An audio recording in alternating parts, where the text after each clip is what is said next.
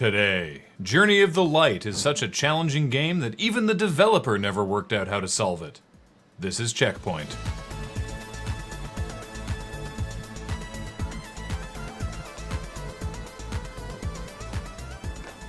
Welcome to CheckPoint. I don't want to alarm anyone, but there may be a ghost in the studio. Ghost? Where? Nope, sorry. I just had gas. Sorry about that, everybody. Sorry. Revealed in a tweet from one of his fellow Xbox executives, Microsoft's Phil Spencer has logged over 346 hours in Destiny.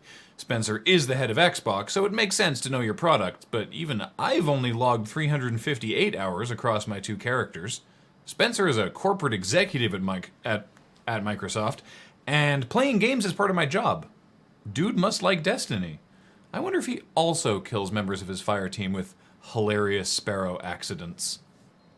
Do you like your video games like you like the G at the beginning of the word GIF? Hard?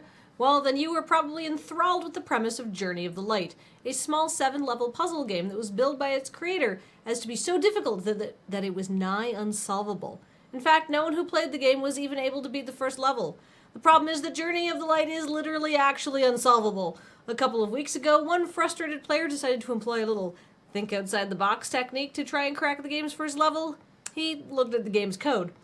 Turns out there is no solution to the first level. Oh, and all the other levels are also the first level. In response, the game's developer has said that the missing levels are just the result of a botched update and deleted his Twitter account. Valve has yanked Journey of the Light from Steam and is now offering unconditional refunds, no matter how long someone played the game.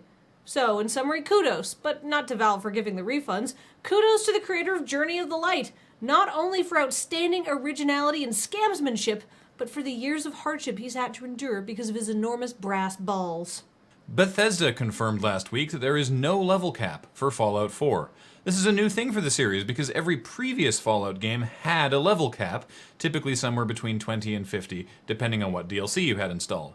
But unlike the pre-DLC Fallout 3, you can keep exploring the wasteland once you've completed the main campaign, meaning the lack of level cap serves only to support the usual Fallout post-game hobby of slowly and methodically depopulating the world. You may have heard by now that back at the end of July, Mighty No. 9 was delayed, with its release pushed back until 2016. Except according to concept producer Nick Yu, it wasn't. But then according to publisher Deep Silver, it was. And then after the Red Ash Kickstarter ended at the beginning of August, it became actually delayed.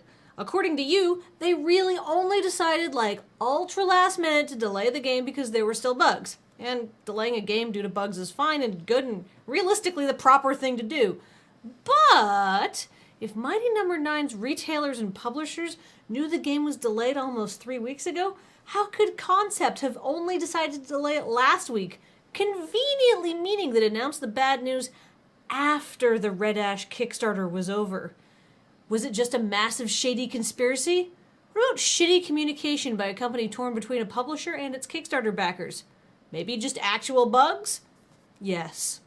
The team at Reagent Games showed off gameplay for Crackdown 3 at Gamescom last week, and it looks pretty exciting.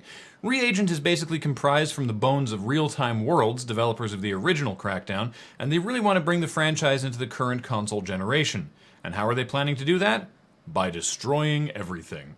This obviously isn't the first game to promise destructible environments. The original Red Faction for PS2 touted such things, and only really kinda delivered a little bit in certain areas on specific surfaces.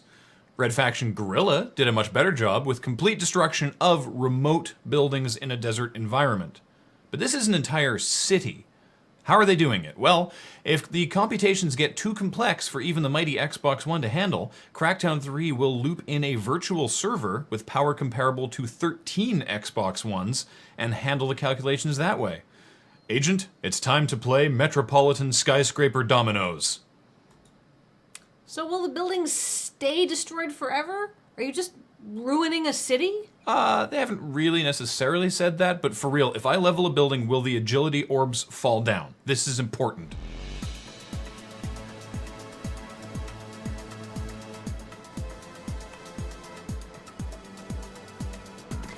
Coming up, the makers of Crossy Road are turning one of the most famous gaming glitches into actual gameplay with Pacman 256.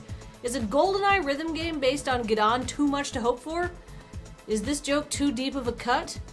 Yes. Can you imagine a Gadon rhythm game? Oh my god. It's only that song.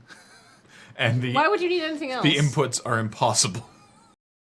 Hello, CheckPoint fans! A reminder that CheckPoint, much like everything we do, is now supported by you directly through Patreon. Please check it out. We would really appreciate it.